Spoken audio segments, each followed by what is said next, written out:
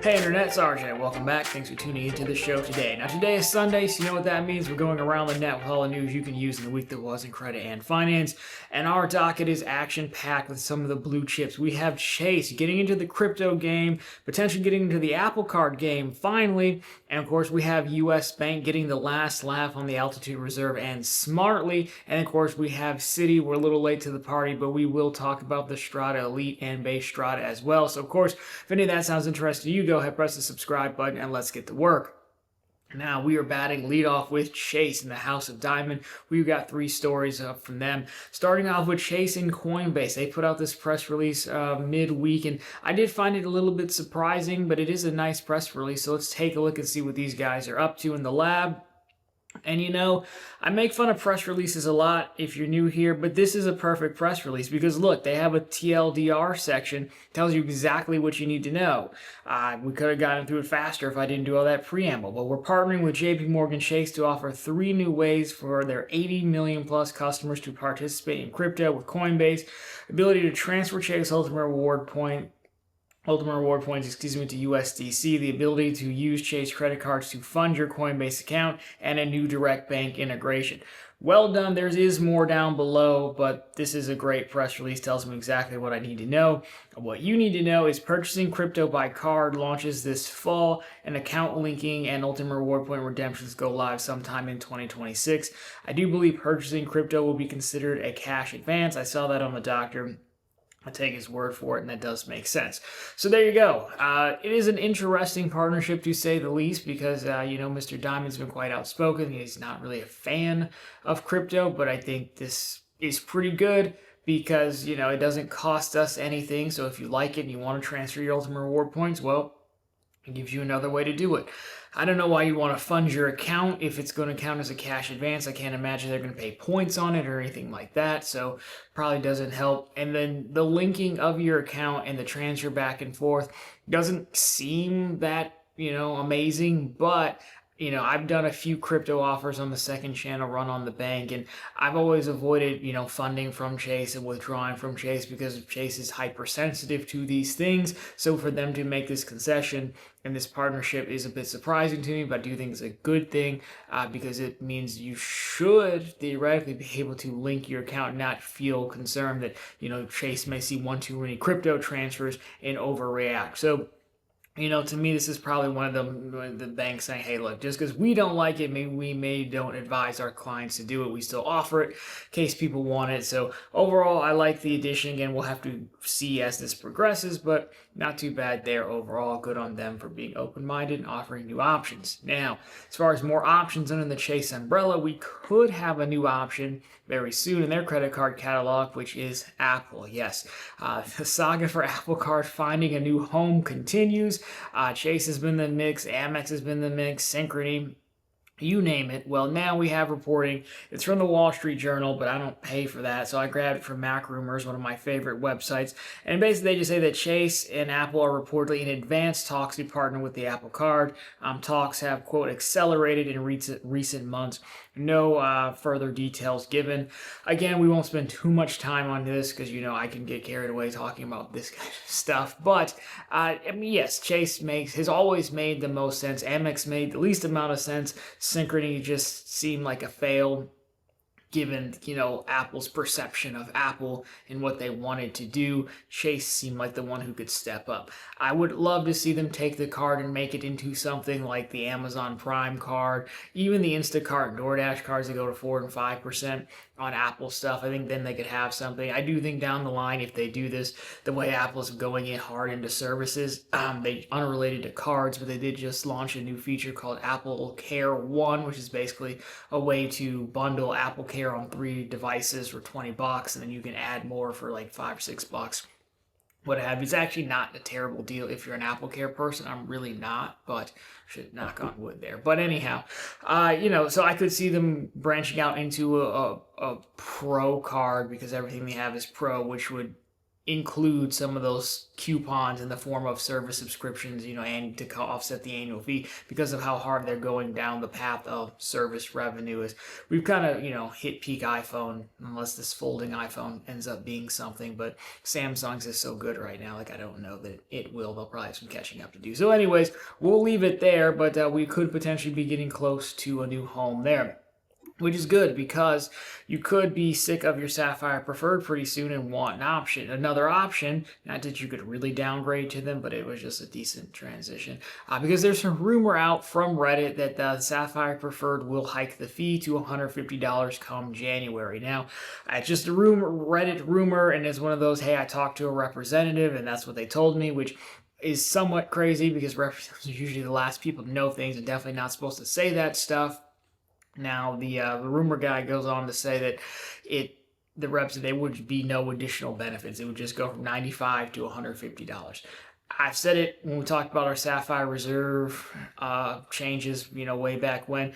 The Sapphire Preferred will 100% go up. It kind of has to. If you move from 550 to 800, there's a giant gap between, 95 and 800 to move up. So you could either slot another card in there or move one up. Probably you move one up and then make another card. Maybe, something like that. But my guess would be January seems about right because I would assume it would be before everyone who got the 100K offer this go around. It would be right before their renewal, so they could figure out, what do I want to do? Do I want to pay the new fee? Do I want to upgrade to the reserve? Do I want to downgrade? Do I want to cancel?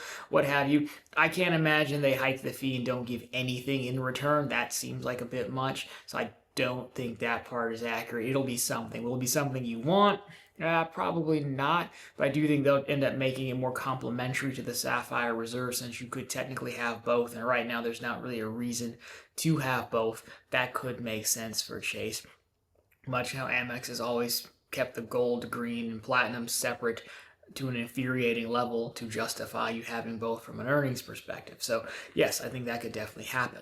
Now, if you are upset with Chase and that potential fee hike, you might be thinking you could find some solace in U.S. Bank.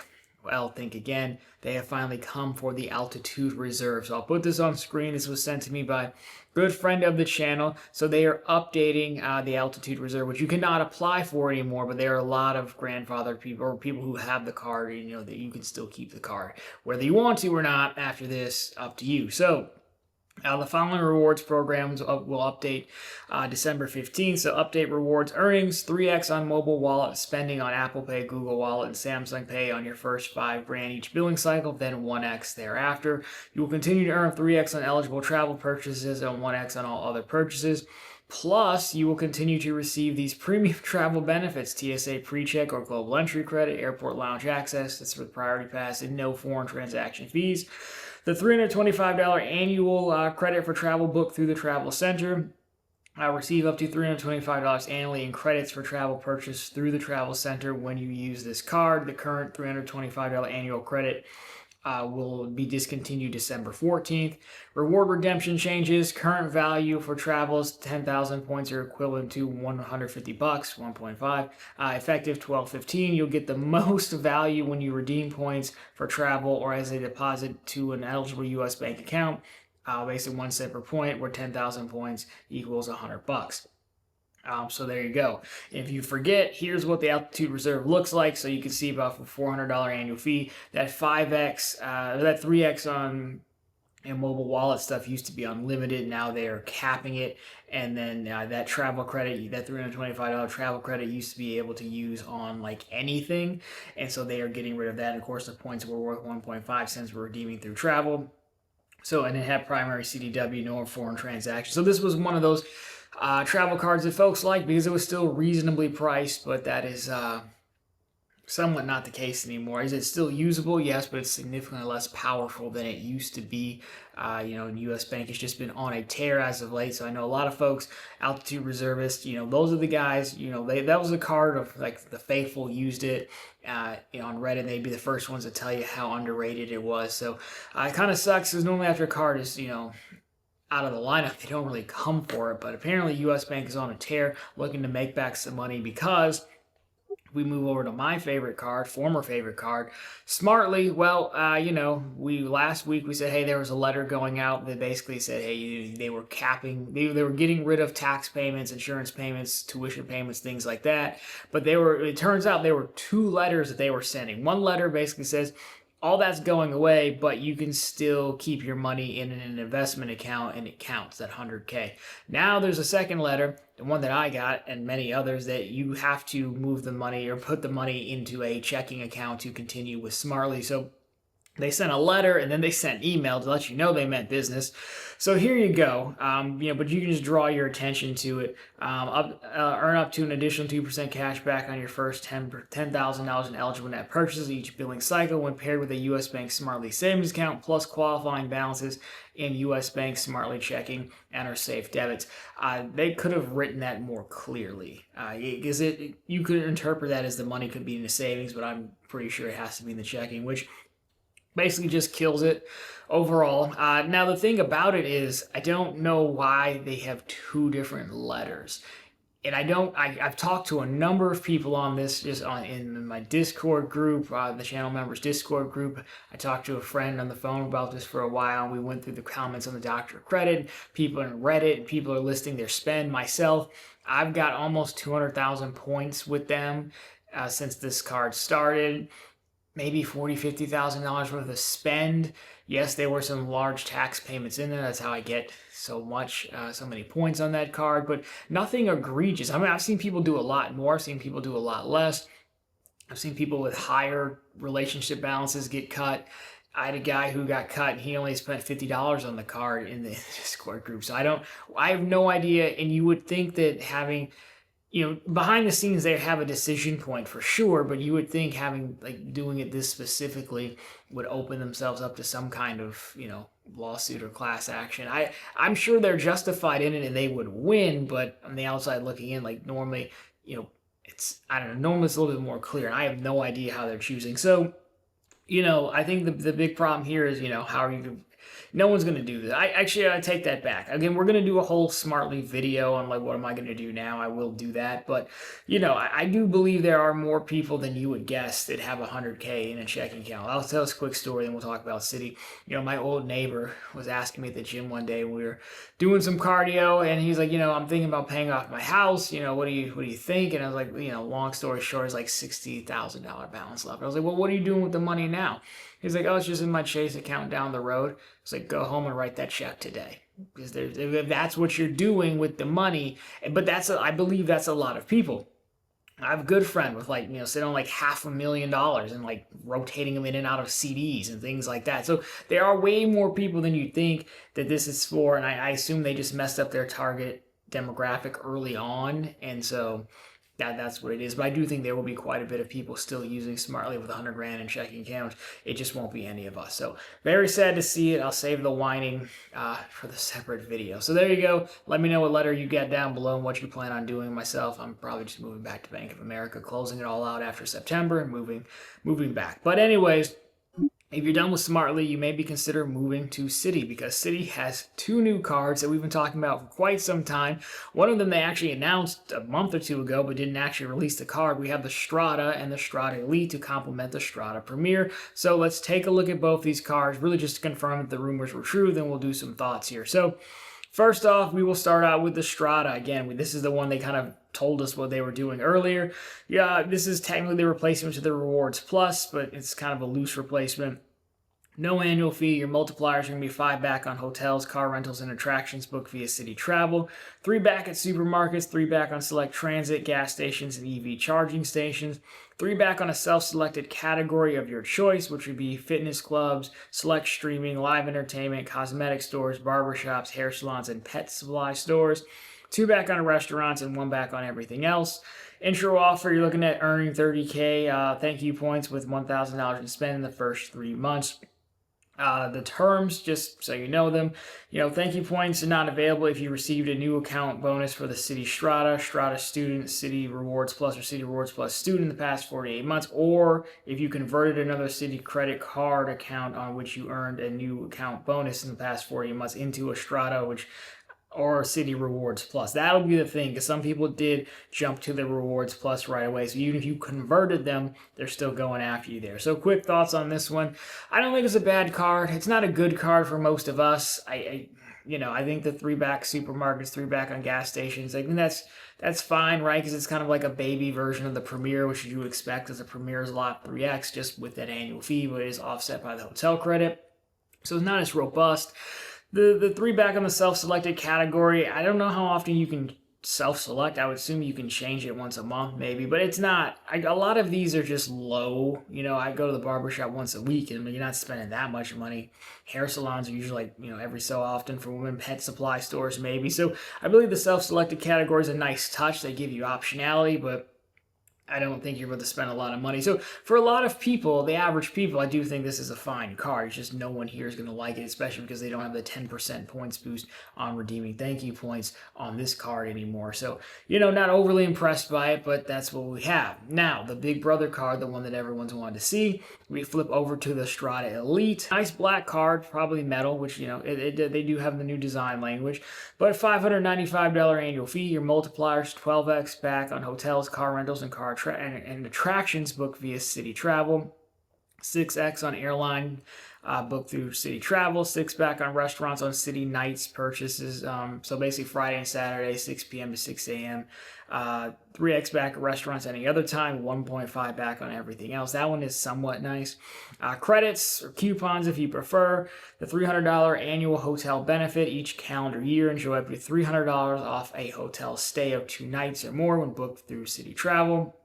$200 annual splurge credit every calendar year, up to $200 in statement credits of your choice of up to 2 of the following brands. I could have sworn they're up to 2, so you get to pick. Sounds like you get to pick, but you've got American Airlines with exclusions, Best Buy, I was there the other day, Future Personal Training, and Live Nation. You have to activate the credit and then probably choose your merchant. $200 annual Black Lane credit every calendar year. That's like a chauffeur service.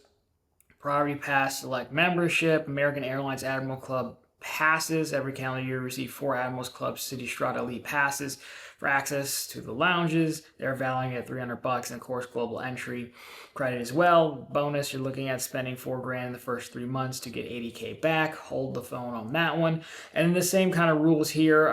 Points are not available if you have received a new account bonus on the Strata Elite account for past 48 months or converted another Citi credit card account on which you earned a new account bonus, to which you're not going to do. Basically, they're trying to keep you from having 2, so everyone should be eligible for this one.